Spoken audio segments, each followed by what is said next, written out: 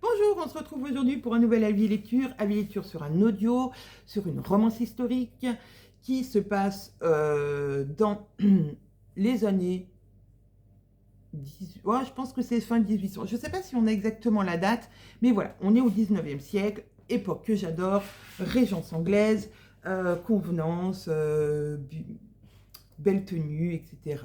Voilà. Tout ce que j'aime si vous me suivez. Donc c'est une romance de Liv Fox, c'est une série Amour imprévu, et là c'était Irrésistible arrogance. Alors, je suis mitigée sur cet avis, c'est-à-dire que sur Babelio, je lui ai mis 3 sur 5, chose qui ne m'arrive très rarement. Pourquoi? Parce que, on va commencer par les points positifs. Point positif, donc, l'ambiance, le côté historique, tout est bien détaillé.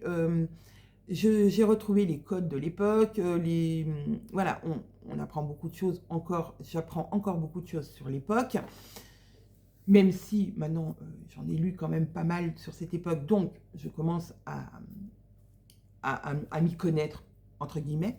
Mais donc sur cette ambiance-là, on y est totalement. On est totalement dans cette époque-là avec tout ce qui va avec. L'histoire en elle-même, je dirais qu'elle est bien, puisqu'on va se retrouver avec Charles et avec Selina, qui sont deux personnes du même rang, on va dire, et le père de l'une et l'oncle de l'autre veulent qu'ils se marient. Ça va très très bien à Selina, parce qu'elle connaît Charles depuis l'enfance, et elle en a un très bon souvenir, elle en était amoureuse, et elle se dit que ça va être, voilà, c'est l'union pour elle parfaite, puisqu'elle était amoureuse de lui, et c'est un mariage arrangé, mais du coup arrangé qui lui va. Du côté de Charles, pas du tout. Charles, lui, a un souvenir horrible de cette fille. Il la trouve arrogante, méchante, voilà. Donc il a vraiment un gros a priori là-dessus, et il ne veut pas du tout en entendre parler. Sauf qu'elle va débarquer dans son manoir, et là, les choses vont se compliquer. Elle a vraiment des souvenirs idylliques de son enfance, et lui, pas du tout. Ils n'ont pas du tout les mêmes souvenirs. Et ça, au début, on peut le comprendre, mais ça dure tellement longtemps du côté de Charles que ça m'a dérangée. Voilà, ça a été vraiment long. Et il y a des scènes où c'est pas facile pour Selina. On se dit que, bon, au final, Charles est un gros... Voilà, et que elle ferait bien de l'oublier et de passer à autre chose. Mais c'est une romance, et on sait qu'à un bout d'un moment, ils vont se rapprocher, et voilà, voilà. Mais c'est le cheminement pour y arriver qui j'ai trouvé très, très, très, très long, avec des répétitions, avec les pensées de chaque personnage, mais ça, c'est quelque chose de récurrent dans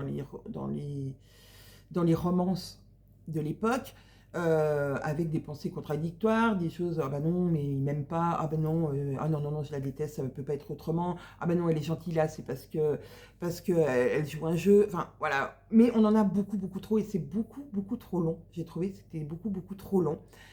Après, comme je vous disais, l'histoire en elle-même, elle est bien.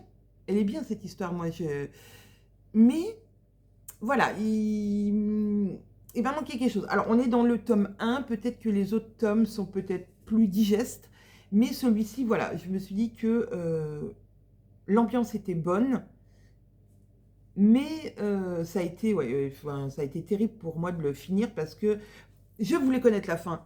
Effectivement, je voulais connaître la fin, je voulais savoir comment ça allait se terminer.